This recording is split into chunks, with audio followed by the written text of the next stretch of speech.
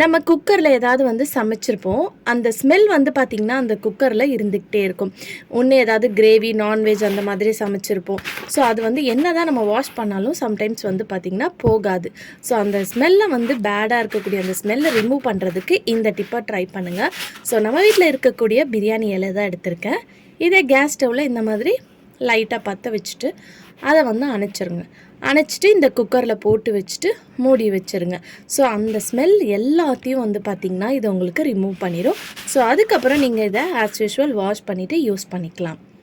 இது வந்து குக்கருக்கு மட்டும் இல்லைங்க, நம்ம யூஸ் பண்ணுற ஹாட் பாக்ஸுக்கும் தான். நம்ம ஹாட் பாக்ஸில் கூட சம்டைம்ஸ் ஏதாவது நம்ம போட்டு ஸ்டோர் பண்ணி வச்சாலோ இல்லை ரொம்ப நாள் யூஸ் பண்ணாமல் இருந்துட்டு யூஸ் பண்ணால் கூட நம்மளுக்கு அந்த பேட் ஸ்மெல் வரும்.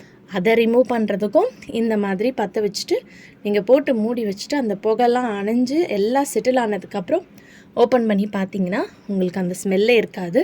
அதுக்கப்புறம் நீங்கள் இதை வாஷ் பண்ணிவிட்டு யூஸ் பண்ணிக்கலாம். ட்ரை பண்ணி பாருங்கள்.